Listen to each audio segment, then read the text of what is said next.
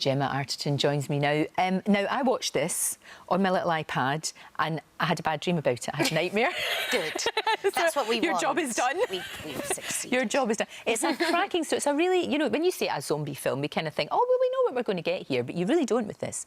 You know, and when you see the cast, there's yourself, there's Glenn Close, you know, there's Paddy Constantine. It's a really top cast and a really interesting premise that you think about a lot. Good. That's what we want when we go to the cinema. We don't always want everything to be handed out on a plate to us, do we? Sure, exactly. How was it to work with Glenn Close? Oh, fantastic. Oh, she's so warm and lovely and fun, and we got on so well.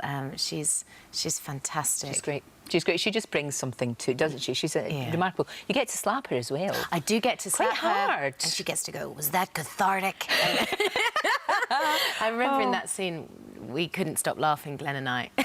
No. We had to be really serious. Very serious. Do you know what I like about it, though? Everybody looks really tired and grubby, as you would. You know, none of you are glammed up, and because that wouldn't be real. You've kind of made a decision, though, to do this kind of movie, rather than, obviously, we saw you in Bond, of course, and that you're always going to be a Bond woman. That's going to be... But that's OK. That's OK. That's OK. That's fine. It's absolutely OK. It is. Now, look, tell me this. I know I'm going off on a tangent about Bond. Who do you think should be the next one, if there is a next one? I've put a bet on someone, but I'm not going to... I literally have actually put a bet on, so I'm not going to say. So don't say, because I think it should be Idris Elba. I just think we should just give him it. Just give it to him, because he would be... There he is, there. Any excuse to show a picture of him, to be honest with you. But I just think he would be fantastic. But that's always going to be, you know, part of your life. You've done big blockbusters, but, you know, you've got 5 movies coming out, one after the other, over the next sort of course of the year. And it's kind of, if you like, smaller films, but I would imagine that we're better to do in some ways.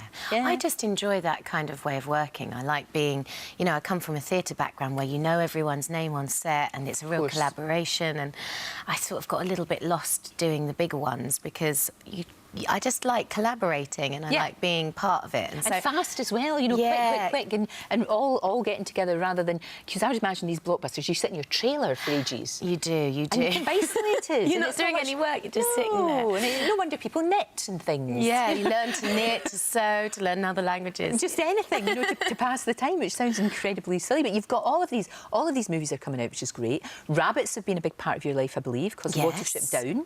We're doing a Watership Down? We are. We're doing a remake of Watership Down, which will be ready for next Christmas, and it looks fantastic. It's got an incredible cast. Beautiful. Very exciting. That would be good. I can imagine you as a wee rabbit. I am a little wee rabbit. She's sweet. Clover. Clover, yeah, that makes perfect sense. And right now, life is divided between France and here? Yeah, I've been working a lot over there, so I sort of, you know, split my time. But I've been here a lot recently.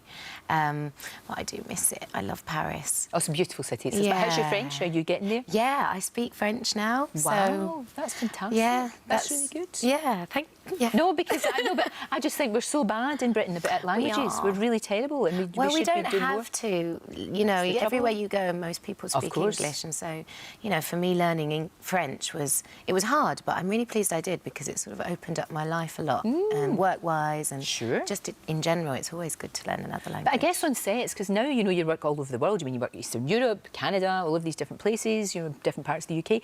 Everybody. I suppose it's the language, English is the language on set, isn't it? Yeah, it is. It really is. Although not on the couple of French films I've made. I've been adamant that they speak French, which is so good for me because obviously it helps me. Do you know what I like about you? You're normal. You're really normal. Do you know what I mean? And you're a normal size, you know, like, because I must admit, I've had Hollywood actresses in here.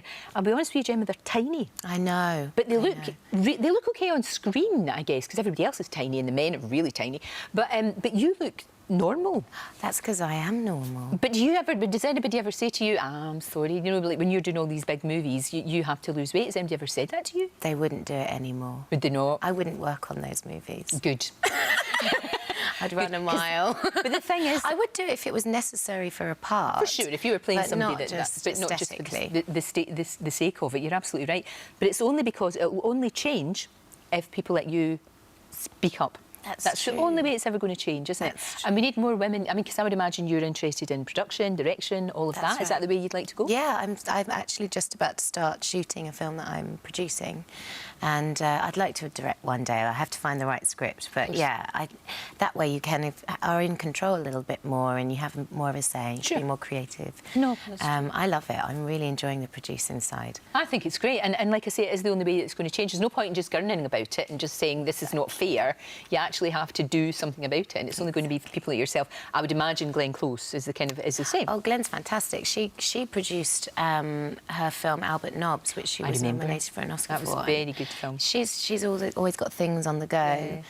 She's a clever lady. That's the only way it will change. Well, look, the movie, don't be put off by the fact that I had a nightmare about the film. It's actually a good thing, and it's out on Friday, and it's quite a remarkable film. Thank you for coming in. It's so good to see you. Thank you, Lorraine. It really Thanks is. for having me. It's a delight. Thank you very much. If you'd like to see even more great guests, then click here. There are plenty more fantastic interviews to come, so make sure that you subscribe.